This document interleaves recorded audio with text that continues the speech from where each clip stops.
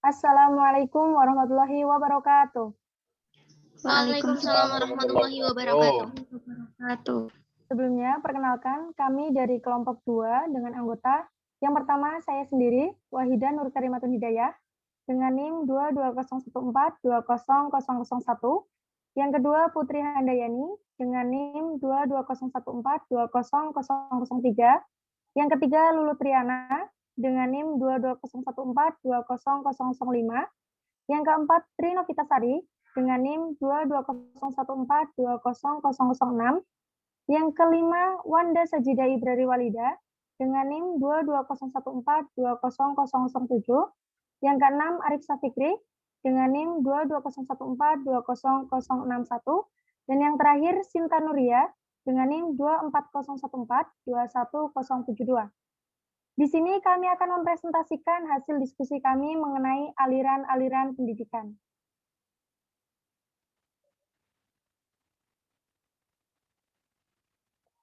Aliran-aliran pendidikan. Pemikiran-pemikiran yang membawa pendidikan itu disebut aliran-aliran pendidikan.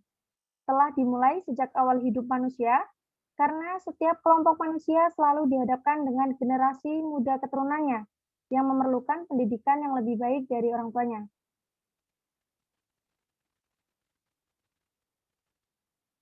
Aliran-aliran pendidikan telah dimulai sejak awal hidup manusia dan merupakan pemikiran-pemikiran tentang pendidikan yang telah dimulai dari zaman Yunani kuno, berkembang pesat di Eropa dan Amerika, dan penyebaran itu menyebabkan pemikiran-pemikiran dari kedua kawasan ini pada umumnya menjadi acuan dalam penerapan kebijakan di bidang pendidikan di berbagai negara.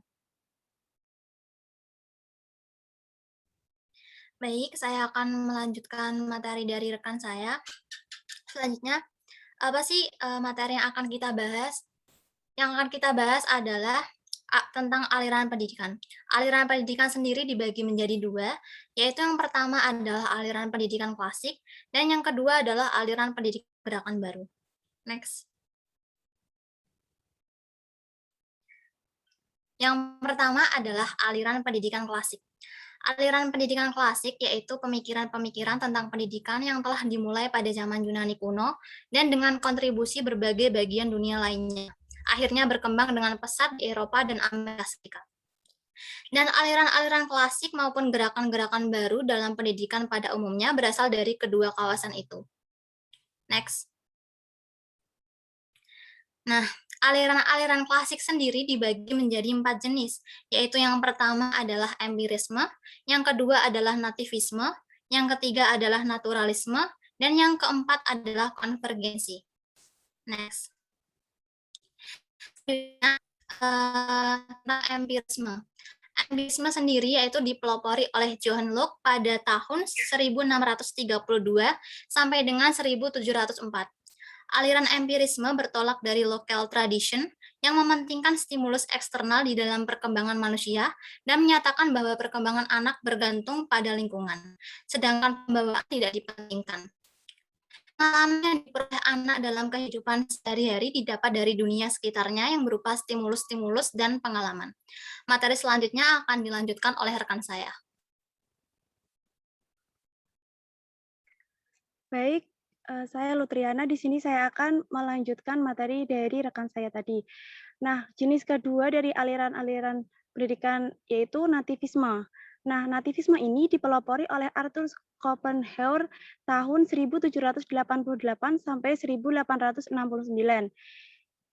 Beliau adalah seorang filsuf Jerman. Nah, aliran nativisme ini bertolak dari Leibnizian tradition yang menekankan kemampuan dalam diri anak, sehingga faktor lingkungan termasuk faktor pendidikan kurang berpengaruh terhadap perkembangan anak. Sehingga hasil perkembangan tersebut ditentukan oleh pembawaan yang sudah diperoleh sejak lahir. Oleh karena itu, lingkungannya kurang berpengaruh terhadap pendidikan dan perkembangan anak, karena hasil pendidikan tergantung pada pembawaan. Next. Kemudian yaitu aliran naturalisme. Nah, aliran naturalisme ini dipelopori oleh seorang filsuf Perancis, yaitu J.C. Rousseau, tahun 1712 sampai 1778. Nah, pada aliran ini, pandangan ini memiliki persamaan dengan aliran nativisme, yaitu aliran naturalisme bahwa semua anak yang baru dilahirkan mempunyai pembawaan yang baik, tetapi pembawaan yang baik itu akan menjadi rusak karena dipengaruhi oleh lingkungan. Rousseau juga berpendapat bahwa pendidikan yang diberikan orang dewasa malah dapat merusak pembawaan anak yang baik itu. Sehingga aliran ini disebut negativisme, bahwa pendidik wajib menyerahkan pertumbuhan anak didik kepada alam. Dengan kata lain, pendidik tidak diperlukan. Hal ini diperlukan adalah menyerahkan anak didik kepada alam agar pembawaan yang baik itu tidak menjadi rusak oleh tangan manusia melalui proses dan kegiatan pendidikan. Nah, untuk materi selanjutnya akan dipaparkan oleh rekan saya. Terima kasih. Baik, terima kasih. Saya Trinovita-Sari akan melanjutkan presentasi mengenai aliran-aliran klasik pendidikan. Selanjutnya yakni konvergensi. Teori konvergensi dipelopori oleh William Stern pada tahun 1871 sampai 1939. Aliran konvergensi ini menyatakan bahwa seorang anak dilahirkan ke dunia sudah disertai dengan pembawaan baik maupun pembawaan buruk. Proses perkembangan anak, baik faktor pembawaan maupun faktor lingkungan, sama-sama mempunyai peranan yang sangat penting.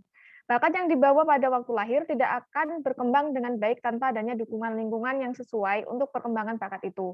Sebaliknya, lingkungan yang baik tidak dapat menghasilkan perkembangan anak yang optimal kalau memang pada diri anak tidak terdapat bakat yang diperlukan untuk perkembangan anak.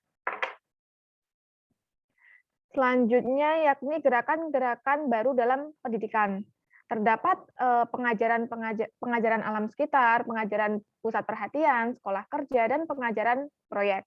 Yang mana poin-poin tersebut akan dijelaskan oleh teman-teman selanjutnya. Ya, terima kasih.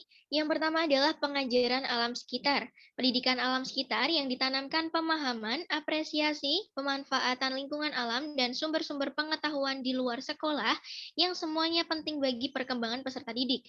Sehingga peserta didik akan mendapatkan pengalaman dan kesanggupan baru dalam menghadapi dunia nyata. Melalui penerapan alam yang dilakukan, maka peserta didik akan menghayati secara langsung tentang keadaan alam sekitar sambil belajar mengerjakan sesuatu dengan memanfaatkan waktu senggangnya. Dan yang kedua adalah pengajaran pusat perhatian atau centralized interest, ditemukan oleh Ovidio de Crowley, pengajaran menurut pusat perhatian anak. Dari pusat perhatian ini, kemudian diambil pelajaran-pelajaran lain. Dalam pengajaran ini, anak selalu bekerja sendiri tanpa ditolong dan dilayani.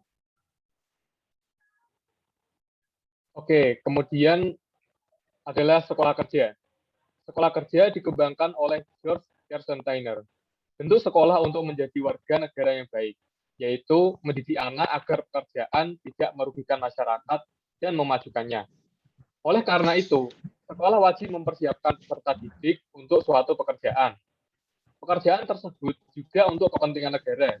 Jadi, yang menjadi pusat tujuan pengajaran adalah kerja untuk membocorkan masa depan. Kemudian, yang terakhir adalah pengajaran proyek. Pengajaran proyek dikembangkan oleh W.H. Kilpatrick. Penanaman pengajaran proyek sebagai satu kesatuan tugas yang sesuai dengan kebutuhan peserta didik dan dikerjakan bersama-sama dengan kawan-kawannya. Menurut Kilpatrick, dengan tetap duduk di bangku masing-masing, maka pembentukan watak para peserta didik tidak dapat terlaksana. Kemudian untuk kesimpulan akan dijelaskan oleh rekan saya selanjutnya.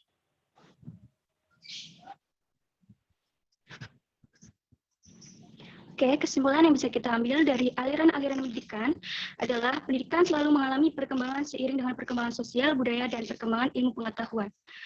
Dalam perkembangan itulah muncul berbagai pemikiran-pemikiran yang membawa pembaharuan pendidikan atau yang disebut dengan aliran-aliran dalam pendidikan. Adanya aliran-aliran dalam pendidikan dan pemikiran-pemikiran pendidikan dimulai sejak awal hidup manusia karena setiap manusia selalu dihadapkan dengan generasi penerus atau generasi muda. Pemikiran-pemikiran dalam pendidikan selalu berlangsung seperti suatu diskusi berkepanjangan yang akan selalu menimbulkan pro dan kontra. Bermula dari pro dan kontra inilah pemikiran-pemikiran baru akan muncul. Pemikiran-pemikiran baru tersebut muncul karena pemikiran-pemikiran lama yang mengalami perkembangan dan pembaharuan dari masa ke masa. Hal ini disebabkan pemikiran dari generasi sebelumnya dijadikan bahan diskusi oleh generasi penerusnya. Sekian, terima kasih. Baik, demikian yang dapat kami sampaikan mengenai aliran-aliran pendidikan yang di dalamnya termasuk aliran pendidikan klasik dan aliran pendidikan gerakan baru hingga gerakan-gerakan baru dalam pendidikan. Apabila terdapat tutur kata yang kurang berkenan, kami mohon maaf yang sebesar-besarnya. Terima kasih atas perhatiannya. Wabillahi taufiq wal hidayah. Wassalamualaikum warahmatullahi wabarakatuh. Waalaikumsalam. Waalaikumsalam warahmatullahi wabarakatuh.